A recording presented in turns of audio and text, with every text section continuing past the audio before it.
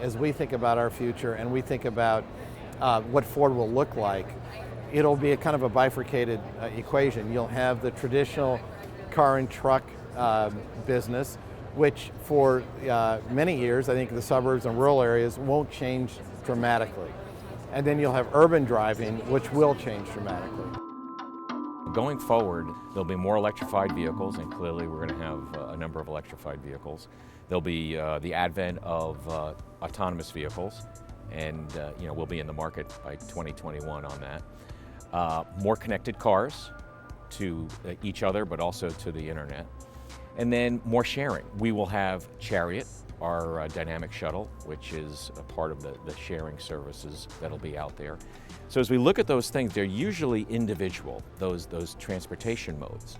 And our view going forward is more and more those modes need to communicate with each other, but also at the same time communicate to the city infrastructure, because the city has the opportunity to coordinate these different modes of transportation to make getting around a city easier and safer. So we see that in the near term, and in the longer term, we see cities actually operating kind of what we call a transportation operating system, where they can really integrate these different forms of modes of transportation to allow people to get around to cities in a fairly easy fashion.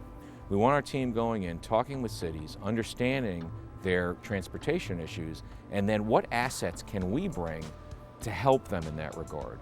And that serves two things. One, it serves a societal need because it will make getting around cities easier, but secondly, it opens up a whole new growth opportunity for us. And when you look at the revenue on the services side or the usage of our products or the development of a transportation operating system, the margins could be quite lucrative. But more importantly, what it will do, these revenues are recurring, so they tend to be less sensitive to the economic cycle, and our core business is very sensitive to that. So there's the advantages of not only growth, but also de-risking our business. In autonomous vehicles, you will be able to call transportation as you need it, so it's access versus ownership. So therefore, you'll have less cars, for example, parking on streets.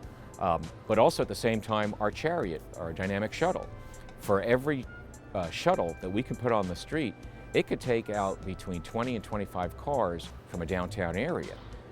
City planners can actually look at that and say, if we're making major infrastructure investments, let's say in the next couple of years, it can't be a cut and paste of just improving what they've done for the last 100 years. They have the opportunity to look at some of those assets, those transportation modes that are coming, and saying, gee, can we lay out the city differently? So I don't know if it's going to be three-wheel pods, et cetera. Those do look a little outlandish, but I think that the concept of different modes of transportation and allowing city planners to plan differently for maximizing people through streets and areas versus cars is a big opportunity.